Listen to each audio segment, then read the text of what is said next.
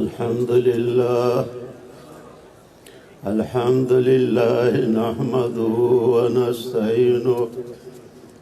ونستغفره ونؤمن به ونتوكل عليه ونعوذ بالله من شرور أنفسنا ومن سيئات أعمالنا ونعوذ بالله من شرور أنفسنا ومن سيئات أعمالنا من يهده الله فلا مضل له ومن يضلله فلا هادي له وأشهد أن لا إله إلا الله وحده لا شريك له وأشهد أن سيدنا ومولانا محمدا عبده ورسوله صلى الله عليه وسلم. أما بعد فأعوذ بالله من الشيطان الرجيم. بسم الله الرحمن الرحيم. واعبدوا الله ولا تشركوا به شيئا وبالوالدين إحسانا وبذي القربى واليتامى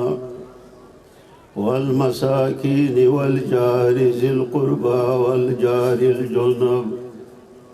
والصاحب بالجنب وابن السبيل وما ملكت أيمانكم إن الله لا يحب من كان مختالا فخورا. عبادت قید الله او مشرک وید غسر ایشه او نیکی و قید مور افلار سر نیکی د خپلوانو سره د یتیمانانو سره او د مسکینانو سره او د گاونډیانو نږدې او گاونډیانو لرو سره او ملګري داړه سو د مسافرو سره او هغه چې مالکانی خلاصونه ستاسو یقینا الله مینه نه ساتي د هغه چا سره چې تکبر کوونکی او فخر کوونکی. دا یو آیت کریمه ما ستاسو په مخ کې ولوستلو. دا شپږ دېرشم آیات دی د سورة النساء. الله رب العزت دې وکړي چې زه د دې صحیح تفسیر او معنا ستاسو په مخ کې وکړم، ځکه صحیح بیان او فصیح بیان هغه د داسې مشایخو په حضور کې او د یو لوی مجمع په مخ کې د یو فقیر حقیر پر تقصیر او کامل انسان لره ډېر ګران دی. خو بهرحال مشرانو قائدینو حکم کړی دی او ما د هغې تعمیل الحکم قبول کړی دی. نو دا به داسې لکه د یو شاګرد د استادانو په مخ کې سبق اړول یا خپلو همدرسو ته د سبق تکرارول.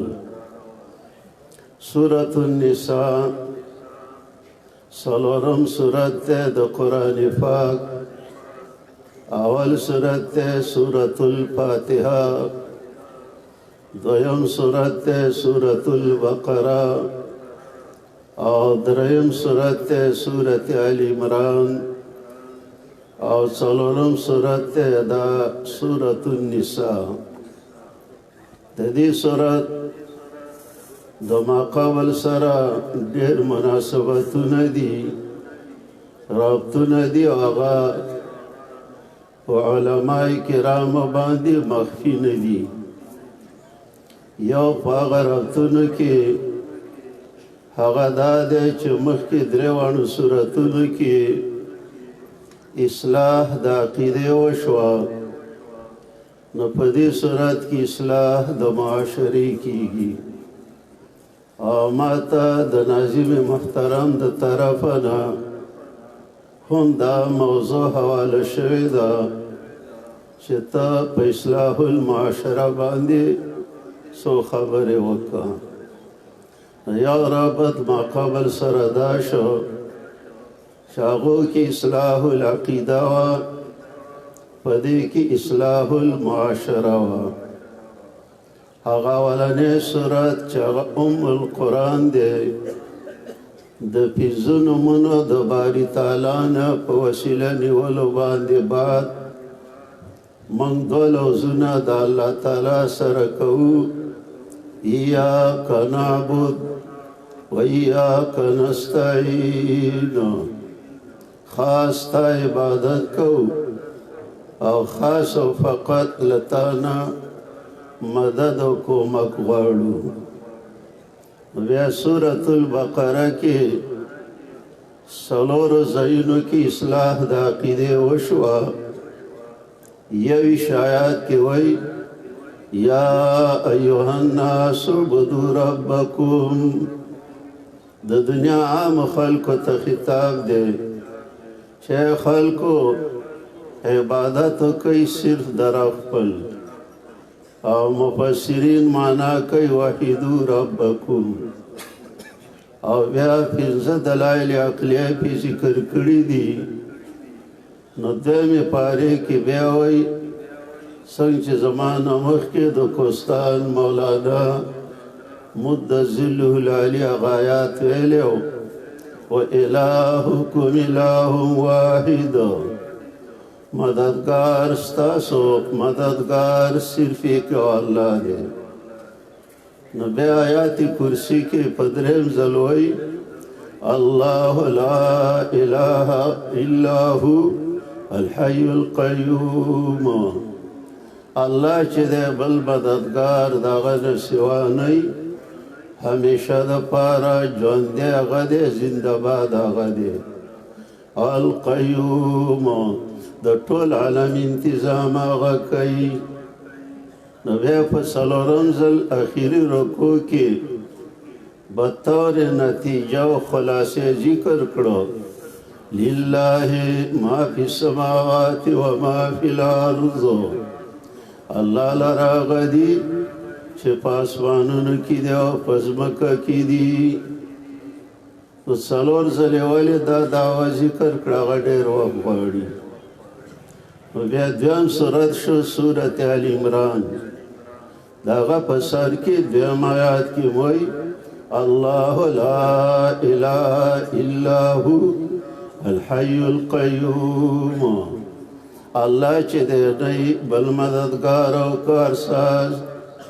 مالک د نفع د ضرر د خیر و شر مگر یو الله دی، او همیشه دپاره ژوندی دی، مرګ او زوال او پناه پې نه راځي. القیوم انتظام کوونکی د مخلوقاتو دی. شیخ القرآن نور الله برقده به فرمایل چې زنده باد یو الله دی الحی. اوس خلک نورو ته زنده باد وایي، ولې مرګ پې نه راځي؟ یو همیشه دپاره فتوکل علی الحی الذی لا یموت. سورې فرقان. نورو ته زنده باد ویل داسې لیوني. زنده باد یو الله دی. او القیوم بعدې معارف القرآن کې مفتی صاحب لیکلي په آیات کرسی چې القیوم نوم انسانانو له ایښودل منع دي. دا قیوم خان دی، خو وزیر داخله تېر شوی. الله الله. بیا چې دویمه حصه کله شروع کېږي نو په هغه کې اهل کتابو ته دعوت دی. او دا خط نبی علیه السلام د روم باچا هرقل ته مې لیکلی و نورې خبرې پکې وې او پکې د آیات کریمه څنګه چې صحیح البخاري کې راځي یا اهل الکتاب اے د کتاب خاوندانو راشئ یو کلمې ته زمونږ او ستاسو په منځ کې برابره ده یعنې ټول آسماني کتابونو کې ده هغه دا ده چې الله نعبد الا الله چې عبادت ونه کوو مګر د یو الله نه د عزیر علیه السلام او نه د عیسی علیه السلام ولا نشرک به شیئا نکره په سیاق د نفي کې نه به حصادار او د الله څه هیڅ شی نه پیر او نه فقیر نه مړی او نه ژوندی نه پیری او نه کافری او نه ولی او نه نبی نه نر او نه سپوږمۍ او نه بت او نه مجسمه ای کې به توحید ذکر کی اصلاح العقیده وشوه سورت بقره کی اصلاح العقیده او په سورت آل عمران کی اصلاح عقیده نو سورت نساء ربط دا شو چې دې کې اصلاح المعاشره ده د دې په اولني آیات کې الله دا فرمایلی دي چې د یو پلار او د نیکه نه پیدا وي په یو بل باندې فوقیت او سبقیت نشته نو ولې بې اتفاقي کوئ نو معاشره درسته کوي دا براءت الاستحلال دی وروستو صورت ته اشاره ده یا ایها الناس اتقوا ربکم اے د دنیا خلکو ویرګئ د خپل پالونکي نه د هغه ذات نه چې پیدا کړي وئ تاسو د یو نفس نه د نفس واحده نه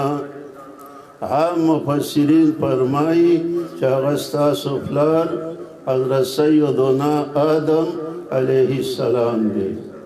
وخلق منها او پیدا کړي د جنس دغه نه زوجها جوړه دغه چا زمونږ ستاسو مور او نیا ده حوا رضی الله تعالی عنها دا دغه د جنس نه پیدا کړي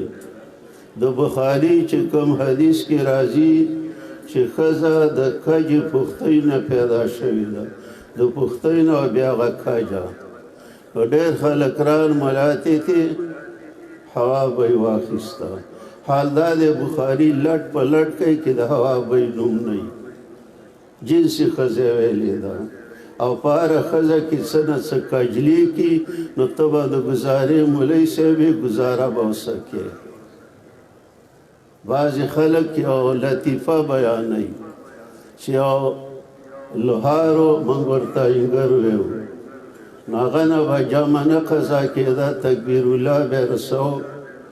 یو ځل یې انګري کوله اخ دا خو د جمع وخت دی لطیفه داسې نو هغه په هوا جومات ته لاړه تکبیر ترې لار نړو نو ښځې ورته ویلې چې ته ځان ته څه پیرګی وې ما یو سړی ولید چې په هوا جومات ته لاړ نو هغه انګر صاحب ورته ویلې دروغ مه وایه په هوا انسان نشي تللی لو ان انسانا یطیر شعر کې به راځي ویل نه قسم یې وکړو ویل هغه زه ومه لا ځکه کش کش روان دي نو دا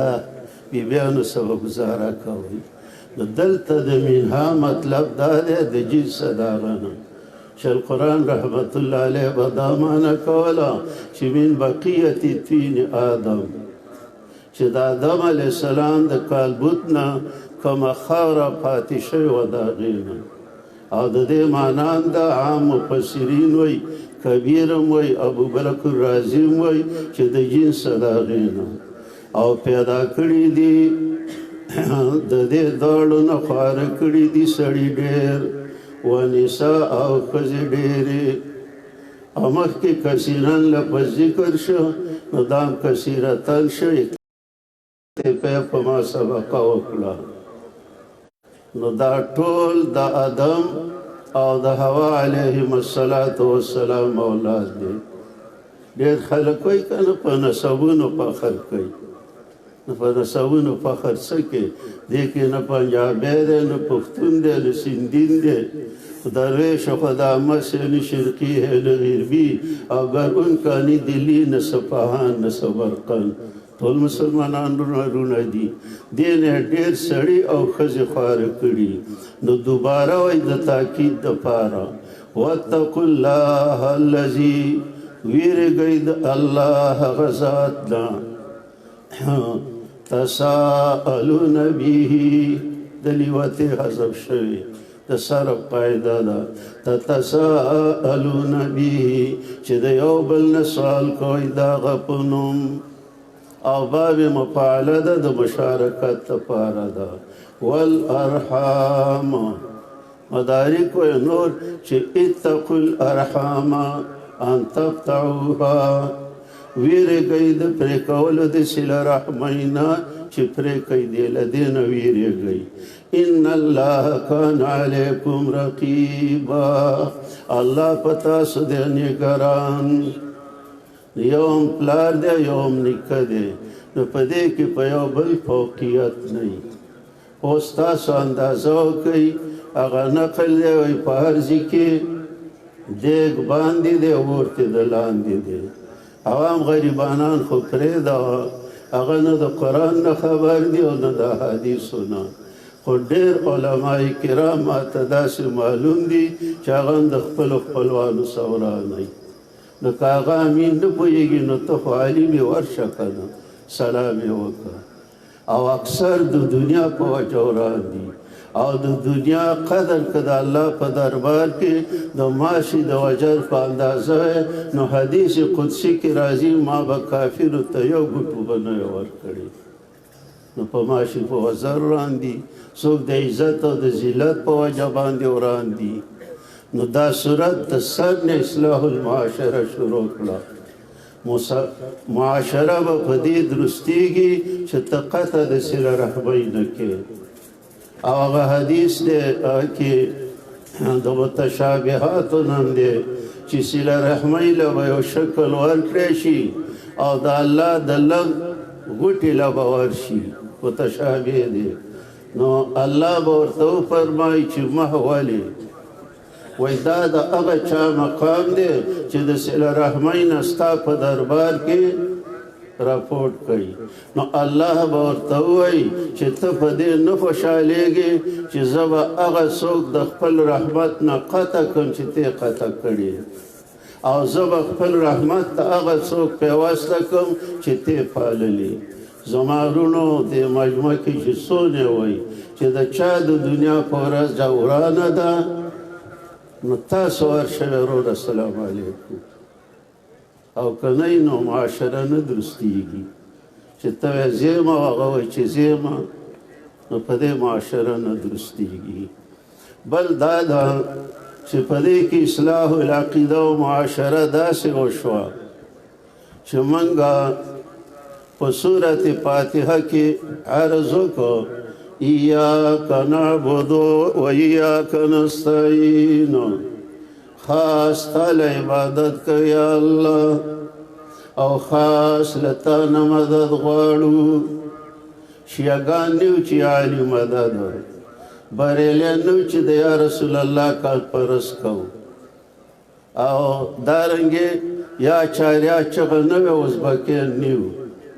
او زمونږ په دې ملک کې اله د باجوړستانونو دغه هم نه وی،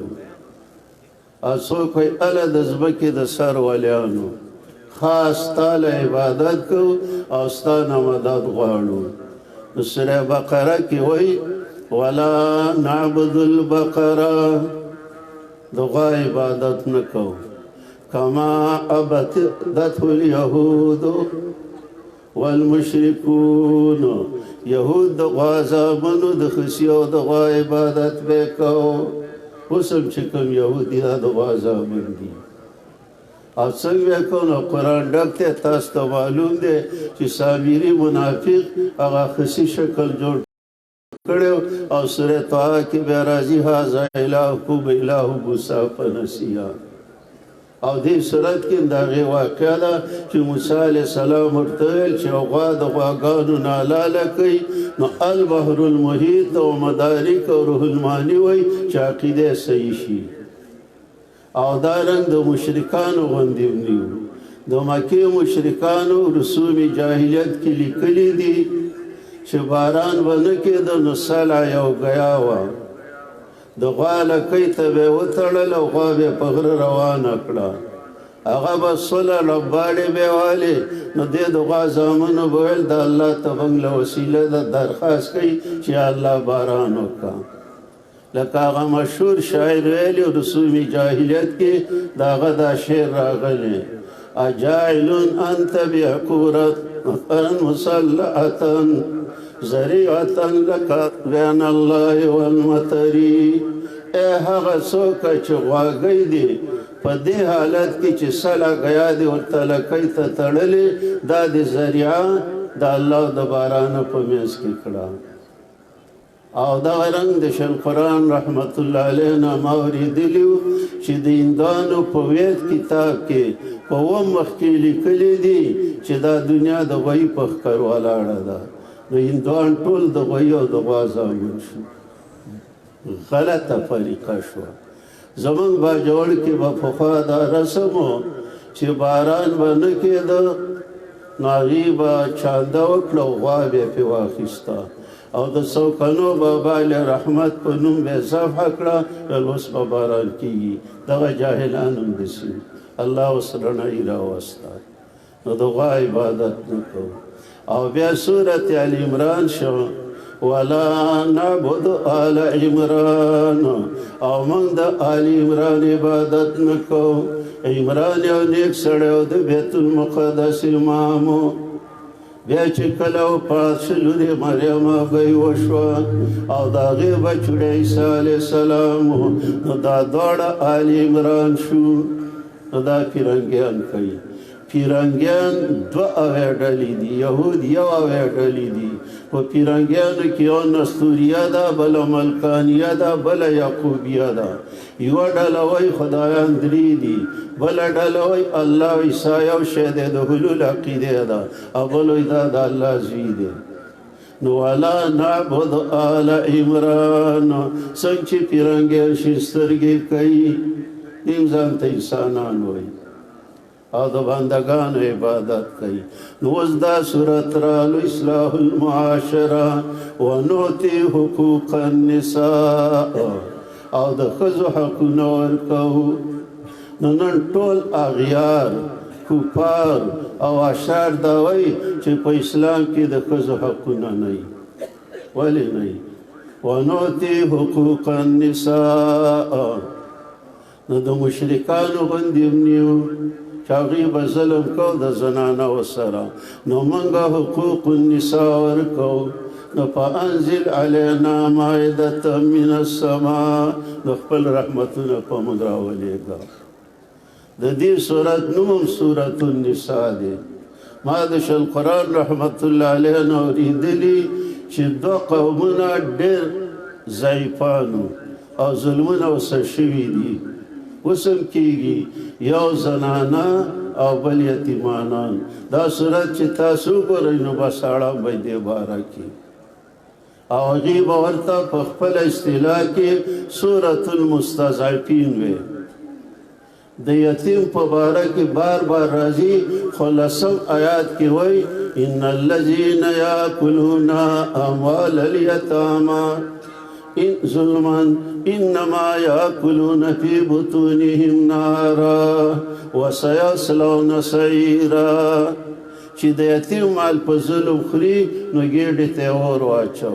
او زر ده چې جهنم ته به نوځي نو دا ځینې شیخان په بدعتي پسې بوز کوي هغه تکبیر الله نه رالو خو تنور دی خو نغری دی نو په نغري او تنور پسې مونځ کېږي پاګله تکبیر الله بالا خفه کېږي چې موحد پسې بوز کوي په شب قدر کې جلسه وه زموږ د طالبۍ زمانه وه شیخ القرآن نور الله مرقده ماخستن بیان کو د سلازی په مدرسه کې د یو څوکړي ګیرې والو پټکې والو هغه د جلسې صدر و په یو کرسۍ هغه ناست او په بلې شیخ القرآن نور الله مرقده بیان کوو نو بیا دا آیات یې وویل ارأیت الذي یکذب بالدین د جلسې صدر ته ویل الهوا څنګه آیات ته صدر صاحب هغه ویل فذلک الذي يدعو الیتیم د شیخ القرآن نور الله مرقده خاندل ویل ستاسو په قرآنونو کې هم داسې دي ویل صاحب ما دا به په پنجپیري قرآن کې خلکو ویل دا پنجپیری قرآن بل دی الله نو د یتیم باره کې اصلاح المعاشره کړې ده او د ښځو په باره کې خدا صورت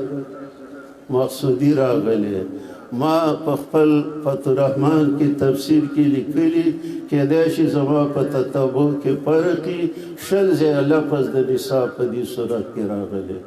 نو کافر څنګه وایي چې د ښځو حقوق نه وي ستا په کتاب کې دونه شته او بیا د میراث مسلې د ښځو ذکر کړي د مهر مسلې ولا ذکر کړي او حتی دا ویلي چې وعاشروهن بالمعروف معاشره څخه کوئ نو دا قرآن د زنانو په باره کې د یتیمانانو په باره کې سورة الفاتحه کې د دریو ډلو ذکر و د یهودو نو بقره کې د هغوی خبایث ذکر کړه د پیرنګیانو نو د هغوی خبایث په آل عمران کې ذکر کړه او د مؤمنانو اوصافو صراط الذین انعمت علیهم نو هغوی ته معاشره درسته کوي ځکه شیطان قابل جرنیل دی زما ستا د خطا کولو نو څوک یې په شرک تباه کړه څوک یې په کفر تباه کړه څوک یې په دهریت او الحاد باندې تباه کړه او مسلمانانو منځ کې بې اتفاقي راوسته او حقوق معاشرې ختم شو درې کچرۍ به په قیامت کې لګي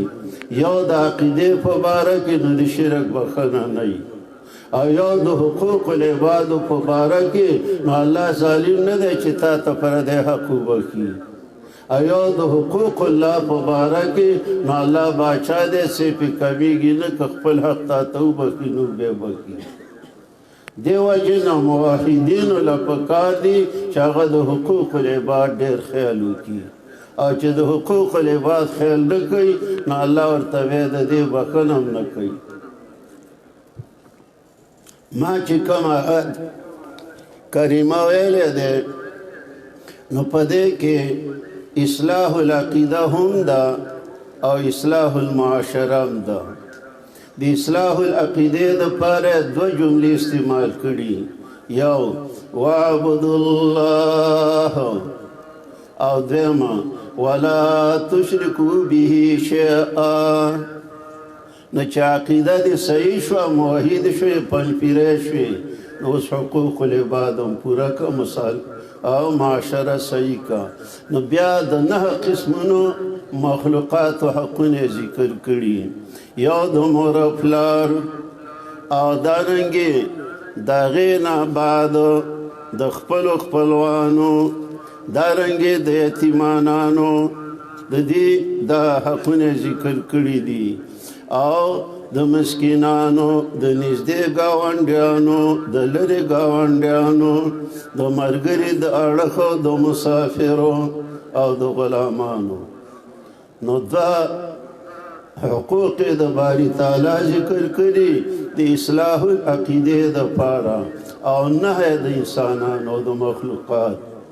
نه او 12 انی رأیت 10 کوكبا تایلس خبری وزان سکولونو تویسی اولنی خبران وعبد الله بندگی وکئی دیو الله او دا دون وسیح موضوع ده چې ډیره زیاته په قرآن کې راغلی قائد محترم مدذل العالی چې سار درس کوز او ساغه مقصوره کې ناسومه ناغي ویلي چې اقیم الصلاة په د یو عنوان اتو زکا په یو عنوان خود توحید د پاره الله په مختلفو عنواناتو دا مسله ذکر کړي او شیخ قرآن صاحب هغه شپږو عنوانات بیان کړه نو بیا بیا دغه فارسی شعر وویل بهر رنگی که جامه خواهی می پوش او من اندازه قدرت را می شناسم او بیا به مسکی شم ماشاءالله نو کله په عبادت باندې کله په الوهیت باندې کله په برکت باندې کله په ملک باندې کله په تسبیح باندې کله په دعا باندې او کله تبارک الذی بیده الملک وثبت اذا رجعتم نو د عبادت مسله قرآن ډېره زیاته ذکر کړې پښتو مصره د بې ادبي د معافي وای هره ګناه به د معاف کم خو په یارۍ کې د شریک نه قبلو الله وای هره ګناه به د معاف کم خو عبادت کې د شریک نه قبلو واعبد الله کاغه عبادت قولی وی کاغه عبادت بدنی وی کاغه عبادت مالی وی څنګه قاعده کې مونږ ویو ولا تشرکو به شیئا او د الله صحیح شی حصدار برخدار ذمہدار ټیکدار مگر زوی څنګه ما مخکې نه پیر او نه فقیر نه پیر او کافر او نه مړ او نه ژوندی او نه نبی او نه ولی او نه ناری او نه نوری صرف یو الله دی صورت کې دو ځل ویلي په 48 آیات کې او په 116 آیات کې ان الله لا یغفر ان یشرک به ويغفر ما دون ذلك لمن يشاء الله د شرک بخښنه نه کوي صفا خبره د نور ګناهونو ماره کې ظلم عظیم نه دی ویلی لقمان حکیم چې کله بچوړي ته نصیحت کوي دیارلسم آیات سوره لقمان کې وایي بچوړیه د الله سره شرک مه کوه ان شرک لظلم عظیم نو د الله سره شرک مه کوئ الحمدلله زموږ جماعت خو د توحید او د سنت دی نو شرک به نه کوو الله اوس د مخلوق حقونه د اصلاح العقیدې نه بعد اصلاح المعاشره وبالوالدین احسانا احسنو دلې پټ دی او نیکي کوئ د مور او پلار سره نیکي هر نیکی له د الله په شامل دی دارو درملې کوه کپړې جامې وله کوه او نانو نه په قوم یوه وله راوړه چابي کوه خوږې خبرې ورته کوه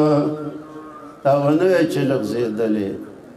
او درې ځل نبي علیه السلام د مور حق ښودلی په حدیث کې او څلورم ځل د پلار او د هغې وجه قرآن ښودلې ده چې مور اوسه تکلیفونه ډېر برداشت کړي الله د مور په دعا رنګ شی په دې ګاډي لیکلي چې ما کی دعا او جنت کی هوا نصیب یې لیکلي خدای خبره ډریوران به څنګه او قرآن کې ګڼ سورتونو کې د الله د حقونو نه بعد د مور و پلار حق بقره کې مو نساء کې دي او سورت انعام کې دي سورت لقمان کې دي او دارنګې په سورت الاحقاف کې دي او دیمو وبذی القربا د پلار او د مور نه ورور وراره خور خوری ماما تره دې ټولو ته زمین قربا وایي نو صله رحمي به نه قطع کړي او دا کمال نه دی چې هغه یوه کنځله کوي ته ورته دوه کې او چې هغه د پسې کاڼی رالي ته پسې کراشینکو پالي بدی را بدی سال باشد سزا اگر مردی آسن الی من اسا هغه به بد کوي ته ورشه السلام علیکم د دنیا لږې ورځې دي ولې په ځان دوزخ کوئ هر رشتہ دار سره ښه سلوک معاشره به په دې درسته شي اول یتاما یتیم هغه ماشوم دی چې بابا یې مړي یا ماشومه ده او ځوانۍ او پیغلتوب ته نه یې رسېدلي مخکې ما هغه دوه آیتونه م ویل او لطیفه مې وویله او د یتیمانانو سره رحم کول پخوانو استادانو به په میرغب کې وه او هغې به په سترو سترګو ژړل او دوی به ترېنه مال په قبض کې په شومه کې دا غصب کولو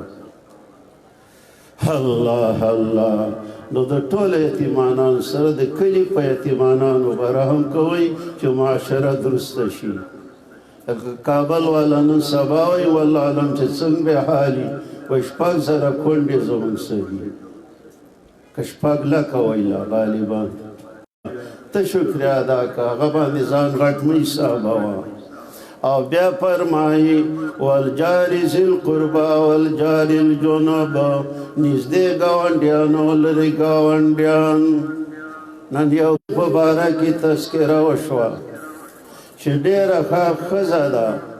او مونځونه هم کوي او روژې هم نیسي خو ګاونډیان ترې خفه دي. حضرت وفرمایل فی النار.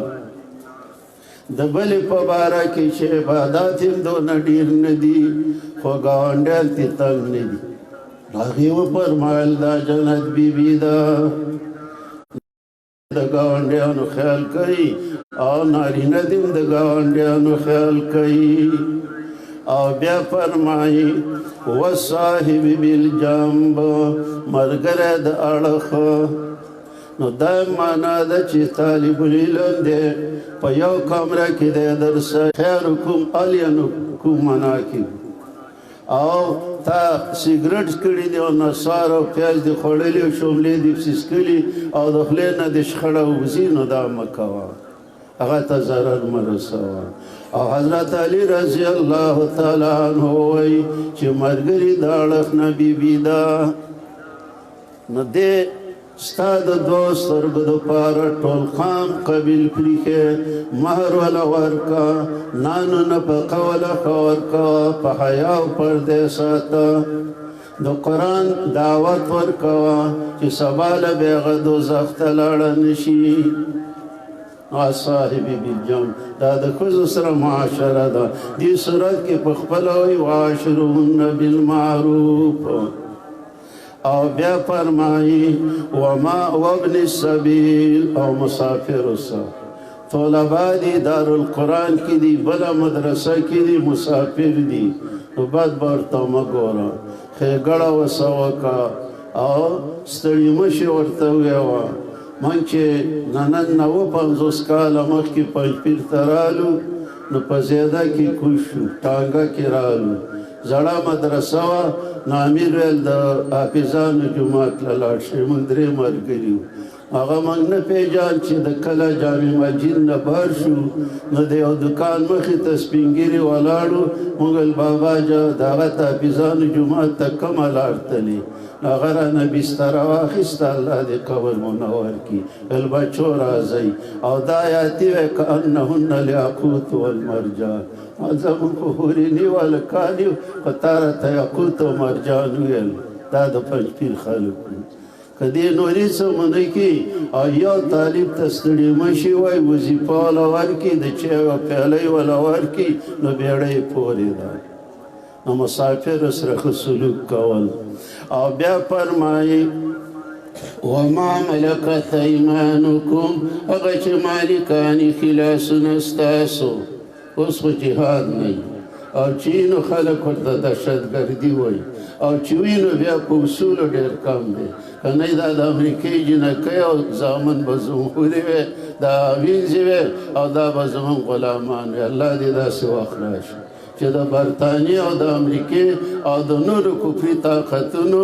ښځې او دارنګې د هغې هلکان هغه زموږ وینځي او غلامان شي. نو کفار بیا دا اعتراض کوي چې اوهو دونه ظلم انسان د ځان بنده کوي. نو دا جواب مفسرینو کړی دی چې دې کافر مشرک دا د الله عبادت ونه کړ نو جزا من جنس العمل الله عبید العبید جوړ کړ. دا د کفارو خپل نقصان دی. ته د الله عبادت وکړه زه د نه وینځه جوړوم او نه د نه مری جوړوم. نو بهرحال هغه وخت کې خو دا معنا اوس هم قرآن حدیث کې هسې وینځي او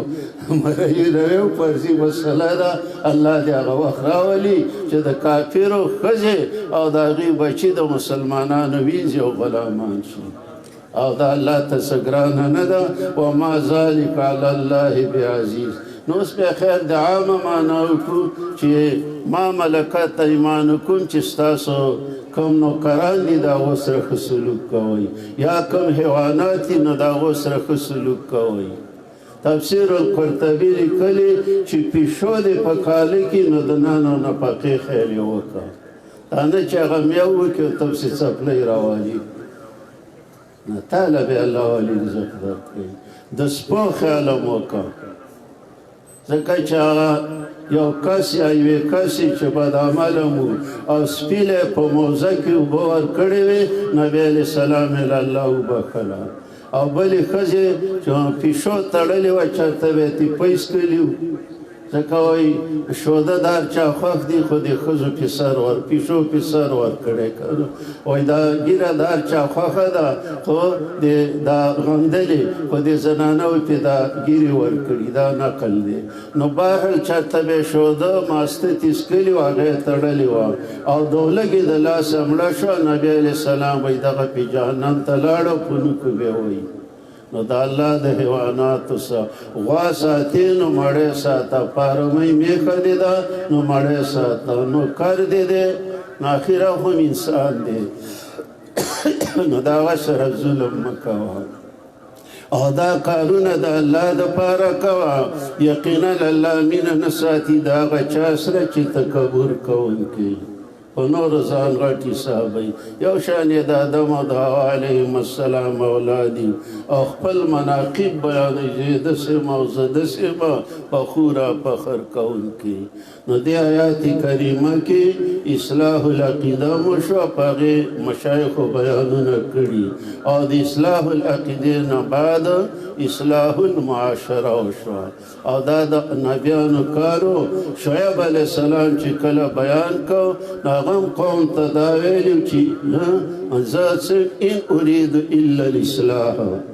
زه اراده نه کوم مګر د اصلاح د جوړجاړي او په دې قرآن کې وایي وعاشرهن بالمعروف عاشرهن د باب مفعلین امر د مصدر معاشره ده نو دواړه آیاتونه راجمع کړئ اصلاح المعاشره معنی که کم بېادبي شوي د هغې معافي غواړم او داسې مجموعه کې بیان کول دا ډېر مشکلي الله دې تاسو له تاسو ته هدایت وکړي او ما ته الله دې زموږ د ټول ملکونو معاشره په قرآن و سنت درسته کړي خصوصا د اشاعت د ملګرو السلام علیکم ورحمة الله